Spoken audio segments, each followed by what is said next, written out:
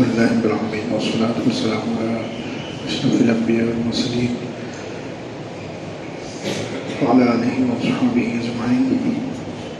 أما بعد، أعوذ بالله من الشيطان الرجيم. بسم الله الرحمن الرحيم.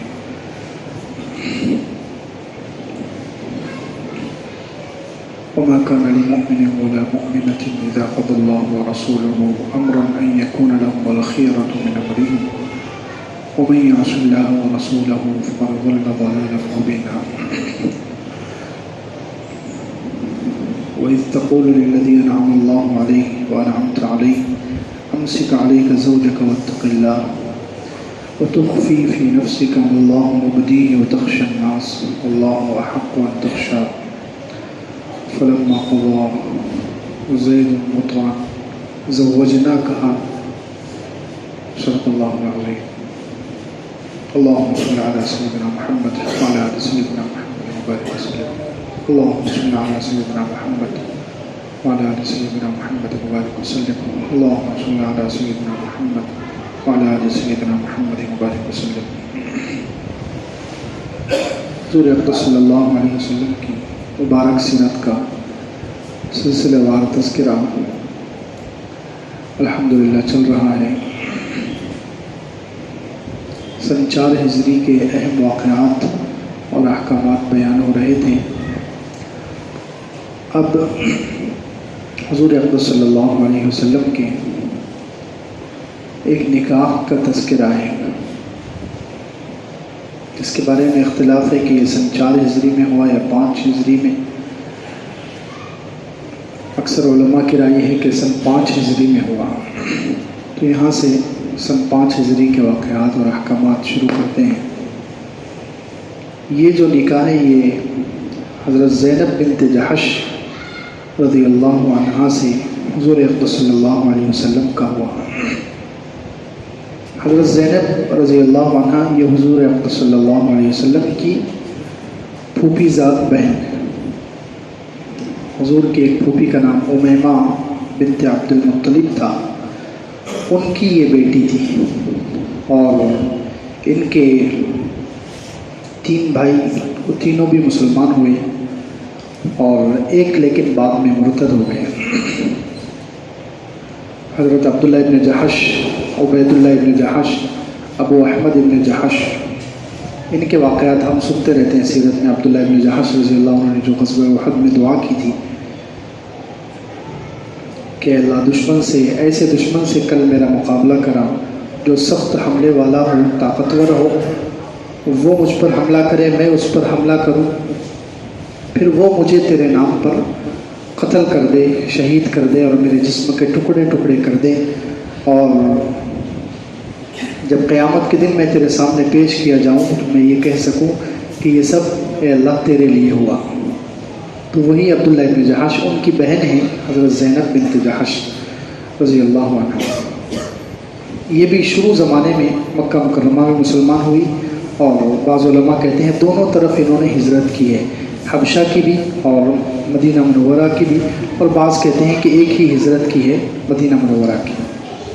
مدینہ منورہ ہجرت کرنے کے بعد ان کا پہلا نکاح حضور اقدس صلی اللہ علیہ وسلم کے متبنہ، منہ بولے بیٹے، گود لیے ہوئے بیٹے حضرت زید رضی اللہ عنہ، ان سے ان کا پہلا نکاح ہوا تھا.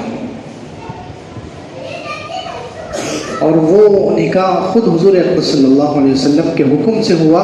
حضور اقدس صلی اللہ علیہ وسلم نے وہ نکاح کروایا. حضرت زینب سے کہا کہ تم زید سے نکاح کر لو. اب زید ابن حارثہ رضی اللہ عنہ چونکہ مشہور تھے کہ یہ پہلے غلام تھے، بعد میں آزاد ہوئے، ان کو آزاد کیا گیا، اور پھر حضور اقدس صلی اللہ علیہ وسلم نے ان کو اپنا منہ بولا بیٹا بنا لیا. جیسے گود لیے ہوئے بچے ہوتے ہیں جس کو منہ بولا بیٹا کہتے ہیں، تو ایسے ہی حضور اقدس صلی اللہ علیہ وسلم نے ان کو اپنا بیٹا بنا لیا تھا حضرت زید کو. حضور اقدس صلی اللہ علیہ وسلم نے حضرت زینب سے کہا کہ، اور ان کے بھائی سے کہا کہ تم زید سے نکاح کر دو، زینب کا. تو شروع میں دونوں بہن بھائی راضی نہیں ہوئے. کیونکہ اس زمانے میں عرب میں جو رواج تھا کہ جو شخص غلام ہو اور غلامی سے آزاد ہو جائے اس کو پھر بھی معاشرے میں کم درجے کا سمجھا جاتا تھا، معاشرے میں اس کو اتنا اونچا مقام نہیں ملتا تھا، اس کو کم درجے کا سمجھا جاتا تھا، اس لیے جو بڑے خاندان، اونچے خاندان کی لڑکیاں ہوتی تھیں وہ جلدی ان سے نکاح کے لیے تیار نہیں ہوتی تھی۔ تو جب حضور اکرم صلی اللہ علیہ وسلم نے ان سے دونوں سے کہا، حضرت زینب سے بھی ان کے بھائی سے بھی، کہ ان سے نکاح کر دو زید سے، تو دونوں نے بھی شروع میں انکار کر دیا۔ ان کے ذہن میں وہی بات تھی کہ یہ تو پہلے غلام تھے، اب آزاد ہوئے ہیں، اور ہم قریش خاندان کے، اونچے خاندان کے ہیں، اس لیے وہ تیار نہیں ہوئے۔ لیکن یاد رکھیں، اسلام اور اللہ کے رسول صلی اللہ علیہ وسلم کی جو مقدس ذات ہے وہ تو خاص طور سے سارے رسم و رواج کو توڑنے کے لیے آئے۔ جتنے ریت رواج، جتنی رسمیں دنیا میں اور معاشرے میں رواج پاتی ہیں، سب کا ختم کرنا یہ اسلام کا ایک اہم مقصد ہے۔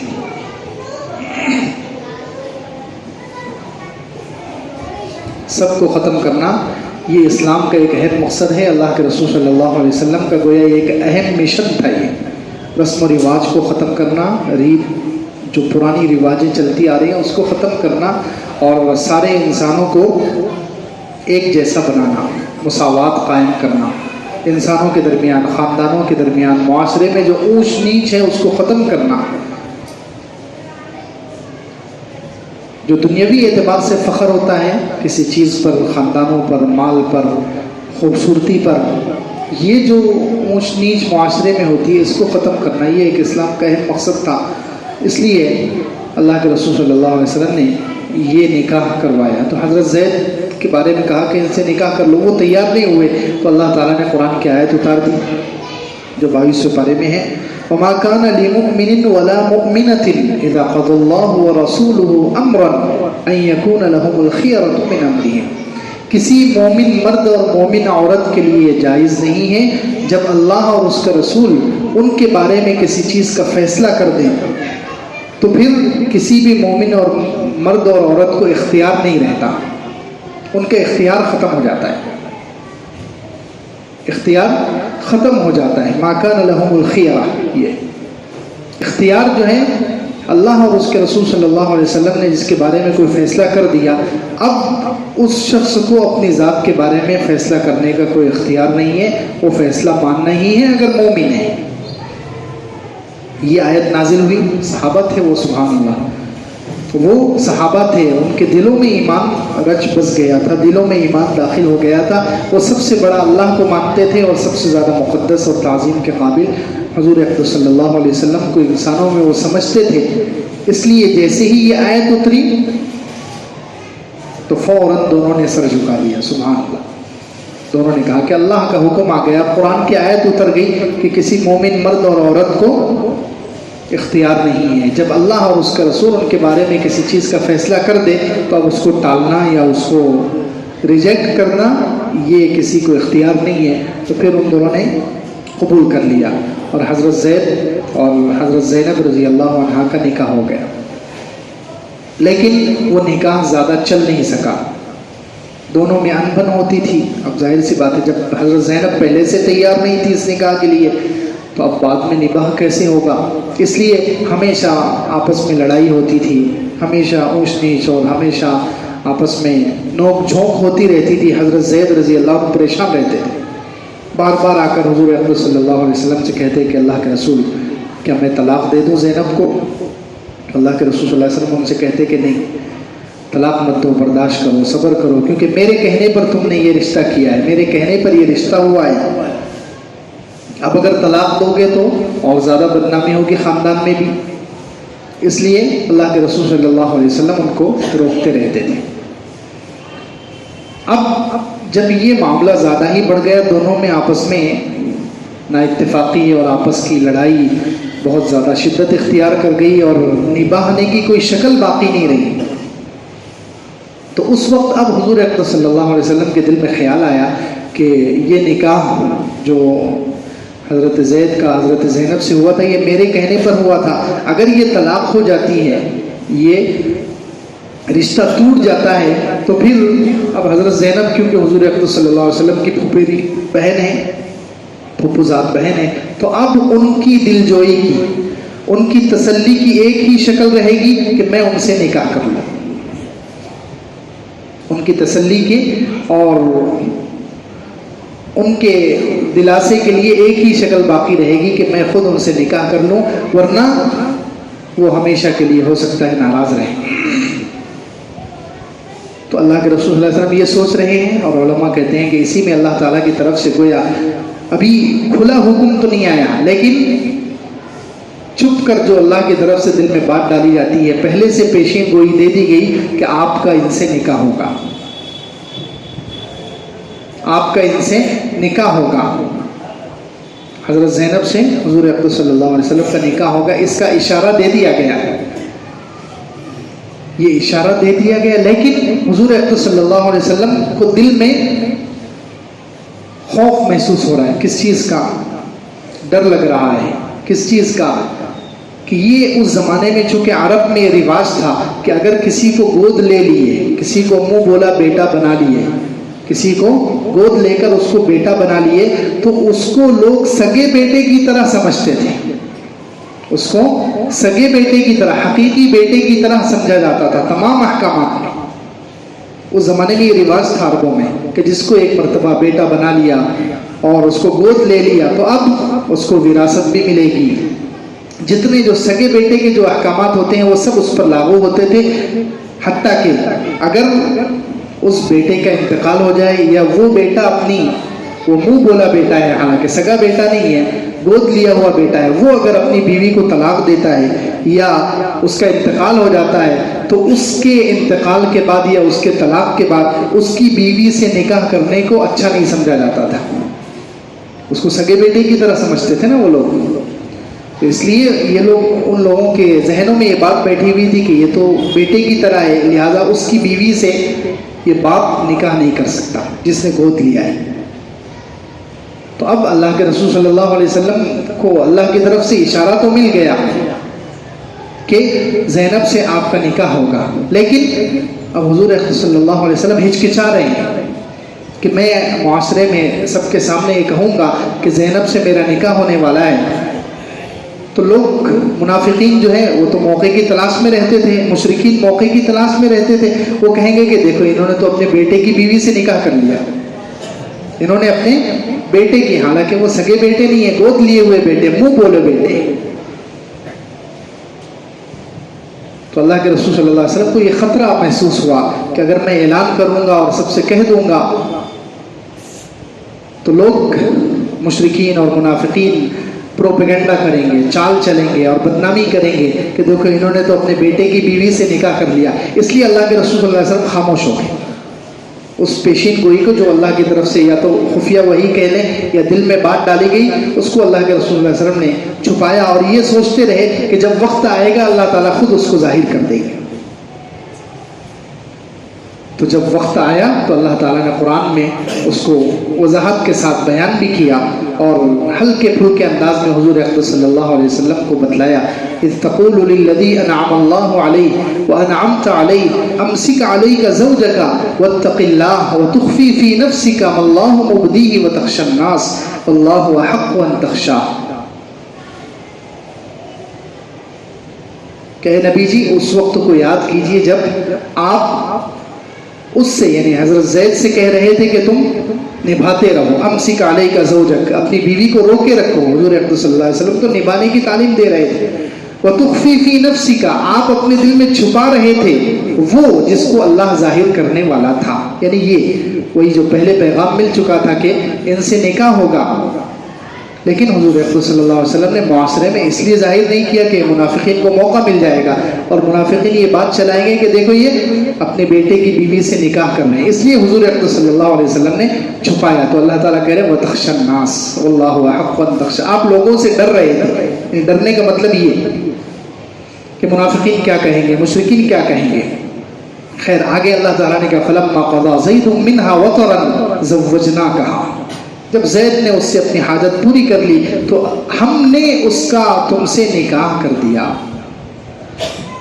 تو یہ رسم چونکہ منہ بولا بیٹا یعنی گود لیے ہوئے بیٹے کی بیوی سے نکاح پہلے زمانے میں جائز نہیں سمجھا جاتا تھا، اس رسم کو توڑنا تھا، اس رسم کو توڑنا تھا۔ تو اللہ تعالیٰ نے حضور اقدس صلی اللہ علیہ وسلم کے اس عمل کو گویا نمونہ بنایا۔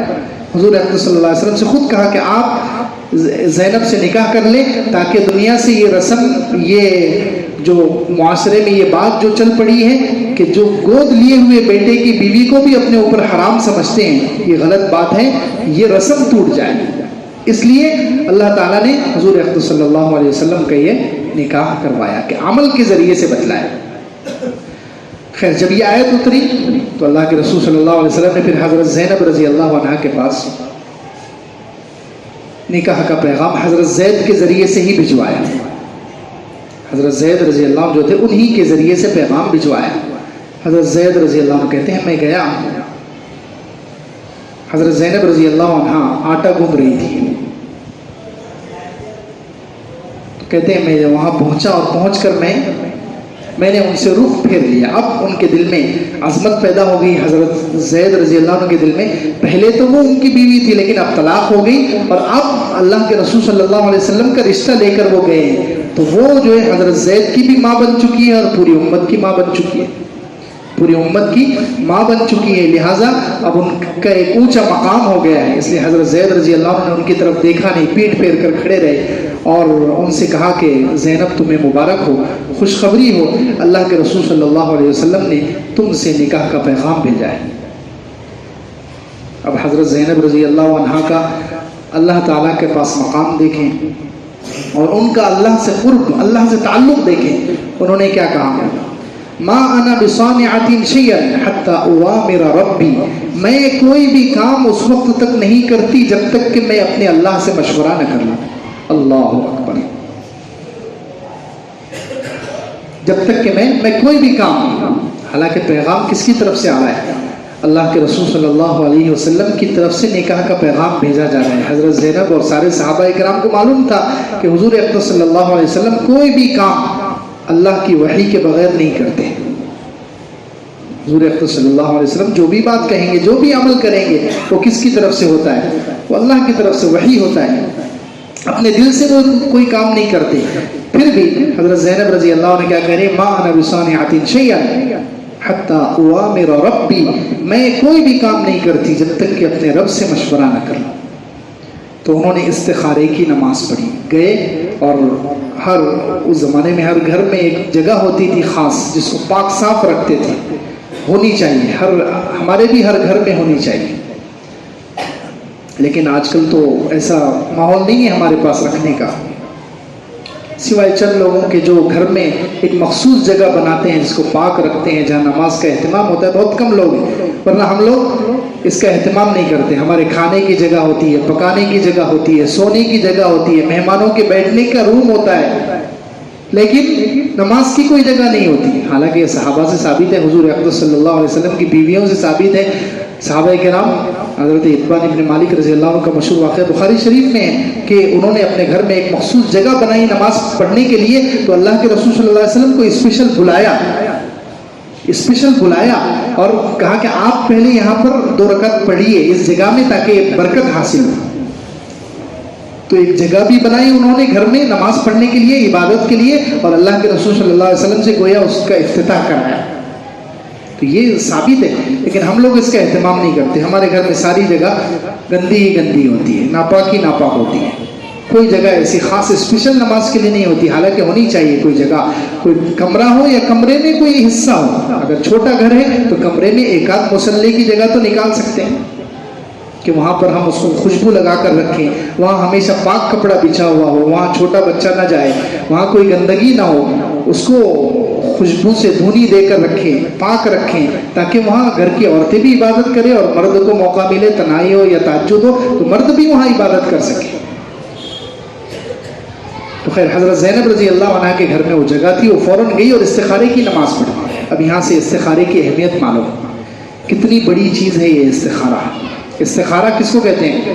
استخارے کا مطلب ہے اللہ سے خیر مانگنا۔ استخارہ عربی کا لفظ ہے، خیر سے نکلا، خیر سے استخارہ باب استفعال، اللہ سے خیر طلب کرنا، خیر مانگنا استخارہ اس کو کہتے ہیں استخارہ. اس کی اسپیشل شریعت میں 2 رکعت نماز ہے کہ جب بھی کوئی کام پیش آئے تو اللہ تعالیٰ سے استخارہ کرو، یعنی خیر مانگو 2 رکعت پڑھ کر. اس کی حدیث میں بڑی دعا بھی بتلائی گئی ہے سنت والی، اور یہ کتنا اہم ہے استخارہ، حدیثوں سے اندازہ لگائیں. اللہ کے رسول صلی اللہ علیہ وسلم کی حدیث بخاری شریف میں حضرت جابر رضی اللہ عنہ فرماتے ہیں کان رسول اللہ صلی اللہ علیہ وسلم یعلمنا الاستخارۃ فی الامور کلها کما یعلمنا السورۃ من القرآن او کما قال علیہ الصلوۃ والسلام.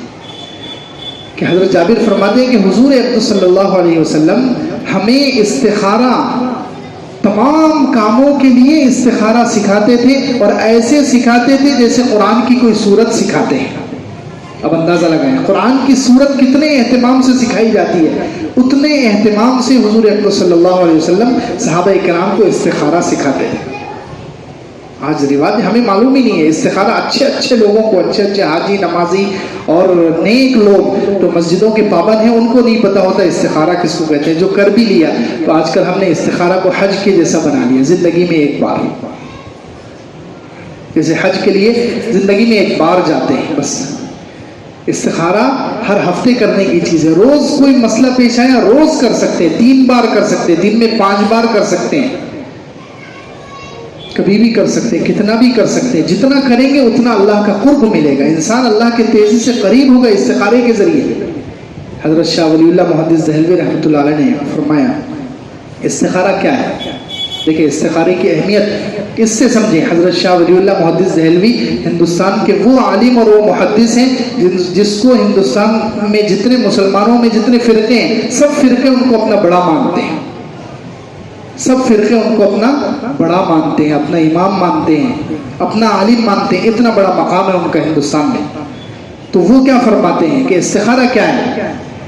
استخارہ فرشتے جیسا بننے کا تیر بہدف نسخہ ہے، جس کا جی چاہے تجربہ کر لے.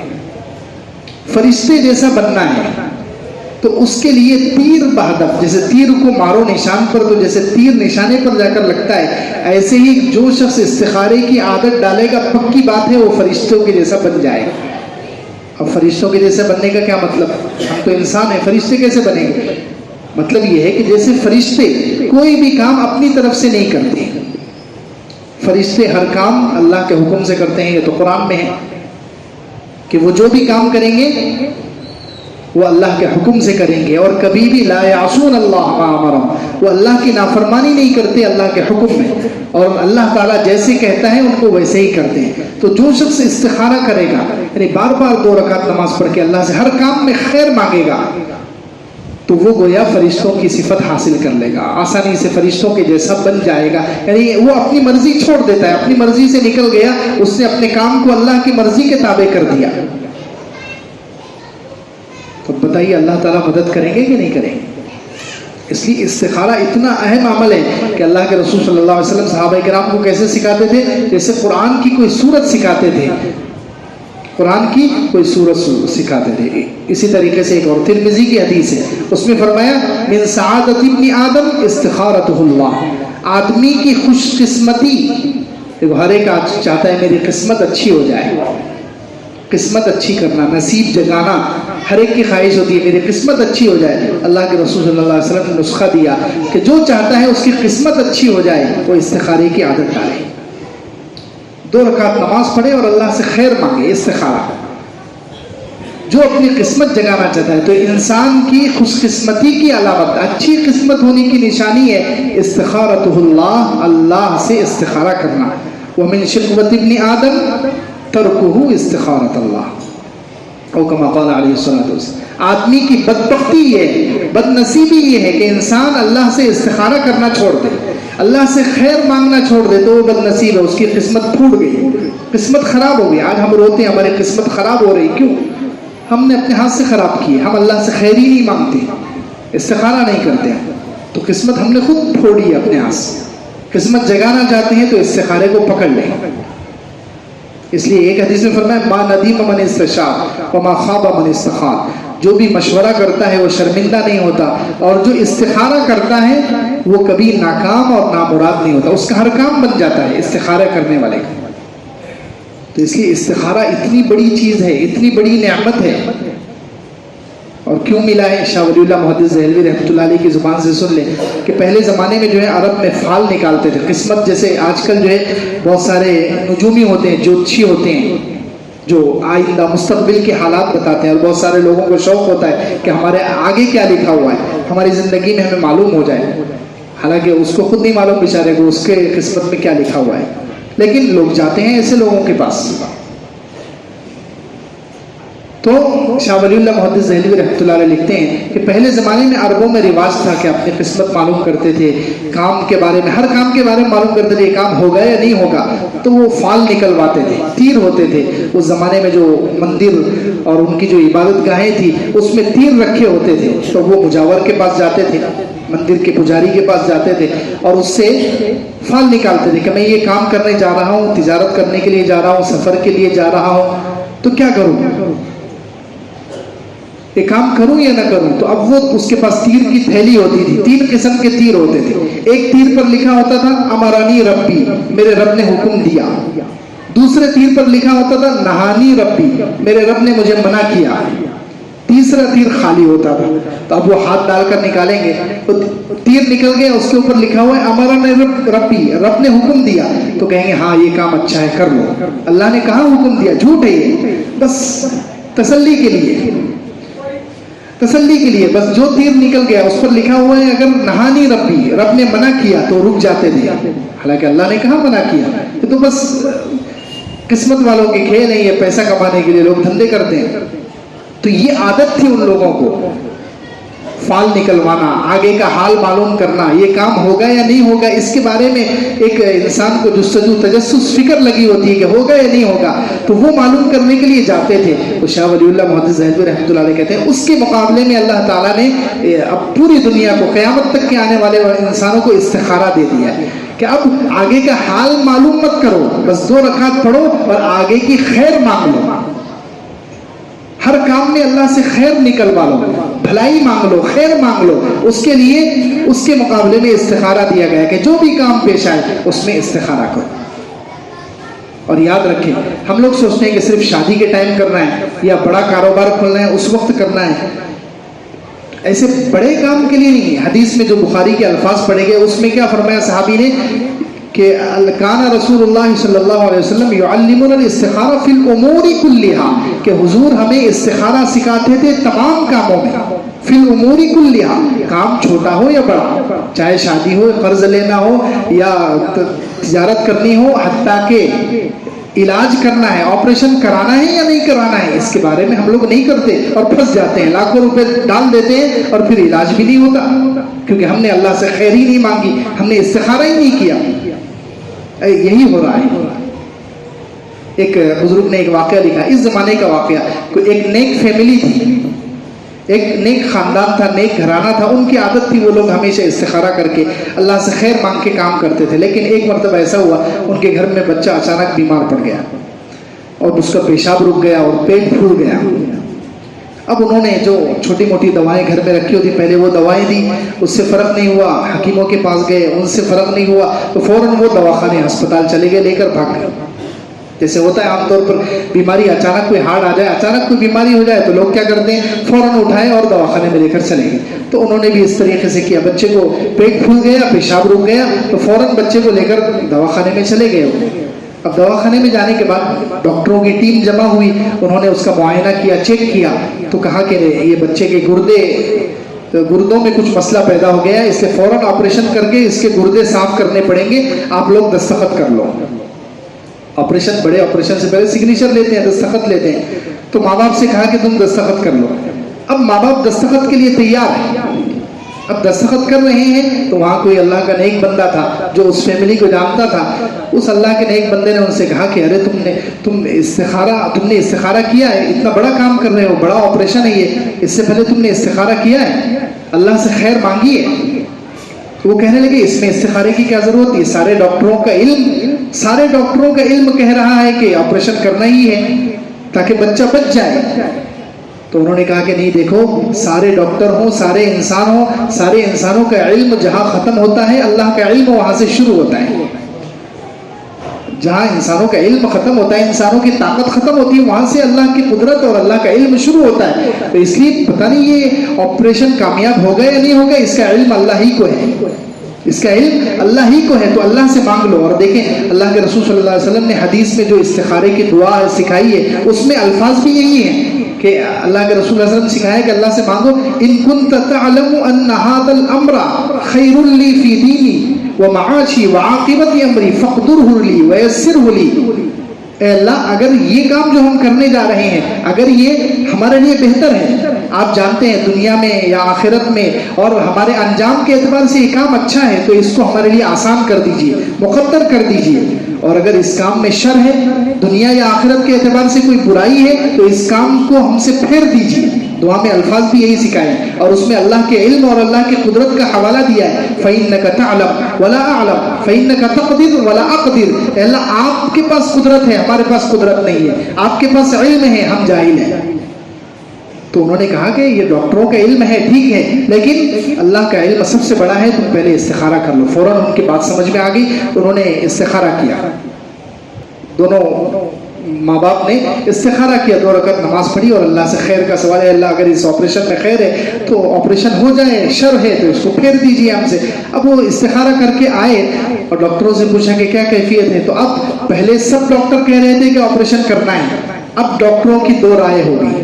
آدھے ڈاکٹر کہہ رہے ہیں آپریشن کرنا ہے، آدھوں نے کہا کہ نہیں ابھی پیٹ پھولا ہوا ہے، آپریشن کریں گے، اس کو کٹ لگائیں گے تو ہو سکتا ہے اس کو کچھ نقصان ہو جائے، اس سے رک جاؤ، کچھ دن رک جاؤ، گولی دوائی دے دو، بعد میں دیکھیں گے. کہتے 3 دن کے بعد وہ بچہ اچھا ہو گیا اور پھر 3 دن کے بعد سارے ڈاکٹر یہ کہہ رہے تھے کہ اگر اس دن اس بچے کا آپریشن ہو جاتا تو یہ بچہ مر جاتا.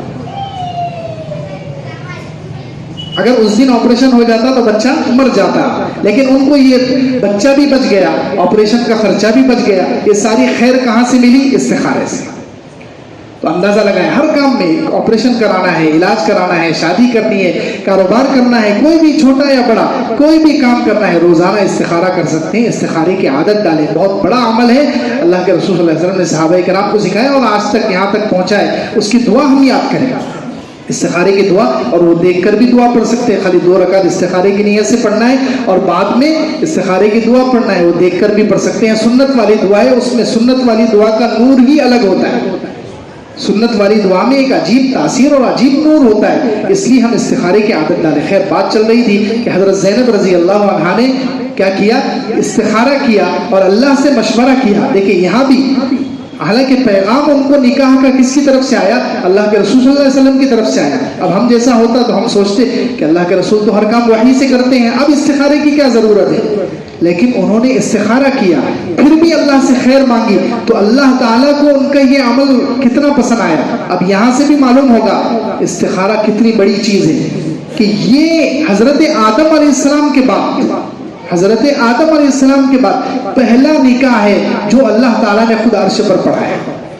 قرآن میں الفاظ اللہ تعالیٰ نے نازل کیے، زوجنا کہا کہ زینب کی شادی ہم نے خود آپ سے کر دی ہے. اب زمین پہ نکاح پڑھانے کی ضرورت نہیں ہے. اس لیے بعض روایتوں میں ہے کہ اللہ کے رسول صلی اللہ علیہ وسلم جیسے ہی یہ وحی اتری، حضور پاک صلی اللہ علیہ وسلم حضرت زینب کے گھر میں بغیر اجازت کے داخل ہو گئے کیونکہ نکاح اللہ نے پڑھا دیا. یہ سب استخارے کی برکت ہے. انہوں نے استخارہ، اب اندازہ لگایا استخارہ کتنی بلند چیز ہے، کتنی بڑی نعمت ہے. خیر حضرت زینب رضی اللہ عنہا سے یہاں نکاح ہوا اور اس کے بعد بھی کچھ واقعات انشاءاللہ آئندہ. وآخر دعوانا الحمدللہ.